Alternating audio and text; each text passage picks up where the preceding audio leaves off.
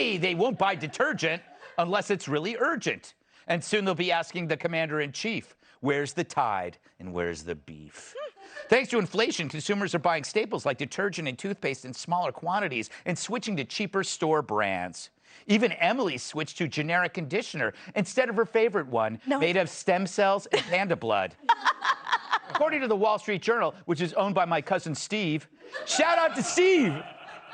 One woman, or birthing person to Democrats, says she switched to Dollar General brand detergent, explaining it doesn't smell as nice, but I'm more concerned with feeding my family.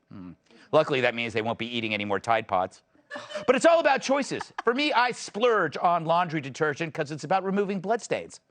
Of course, having to choose between smelling good and eating food may sound bad, but at least you're not seeing a mean Trump tweet, am I right? A new one-poll survey found that 3 in 5 Americans say they wake up in the middle of the night thinking about me. No, they think about finances. They think about finances, which raises the question, how bad will things get before Biden voters admit they screwed up? Brown bag again, huh, loser? Well, we can't all afford fancy lunches in this economy. Yeah, well, at least Trump is not the president. Deborah, I don't know how to say this, but when was the last time you bathed? I can't afford laundry detergent, but at least I have a clean conscience. Okay, well, I also wanted to bring up the fact that you kind of look, terrible. This was you a year ago. I had to read so many mean tweets back then. Have you eaten anything recently? I don't need to eat. I'm full of love for Joe Biden. Oh, my God, that's a sick woman. Jamie, are there store brands in Alaska? There are a few store brands, Yeah. and I'm excited that people are finally going out there to find these discounts. There's no reason it should have taken this long. I'm a huge fan of discount stuff. I like the knockoff brands.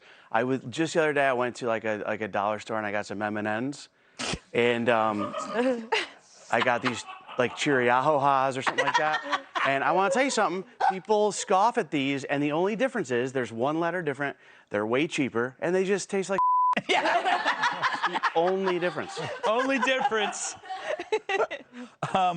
Emily, I think the problem here is the disconnect between the rich and the non-rich. It's not about race or anything else. It's like the rich can continue to endorse policies that punish the not rich.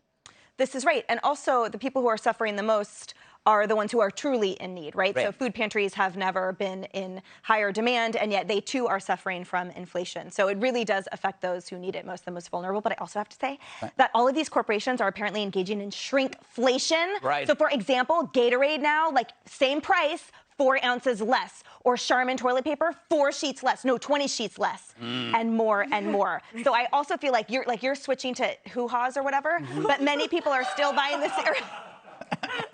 Buying the same brand, but getting less quantity for it. Yes, yes.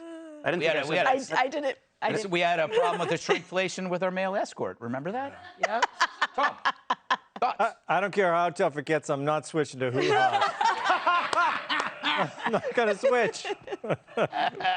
But yes, and this is what happened for the past couple of years with COVID. It was rich people who worked in buildings and did nothing, and they said, hey, let's stay home and do nothing. And then they just worked on, Zoom, and they got all their groceries delivered, and they said, hey, this pandemic's not that bad. It wasn't bad for them because they're rich. Right. And so the same things are applying to this. People say, well, I don't mind if gas goes to $20 a gallon as long as I don't have to deal with Trump. I mean, that's the way they talk. That's Shannon Sharp. Yeah. That was a terrible impression of him, by the way. Doesn't he talk like this? Yeah, I believe he's a country clubber from Westchester, Connecticut. Kat, last word to you. Okay. Okay, that's good. Yeah, okay. I remember when, Joe Biden was insuring everyone was saying, oh, if you make less than $400,000 a year, then it's not going to cost anymore when I'm president. And that was not true. No, no, it's not. It's a big lie. Oh. And I'm not afraid to say it. Hey, Sean Hannity here. Hey, click here to subscribe to Fox News YouTube page and catch our hottest interviews and most compelling analysis. You will not get it anywhere else.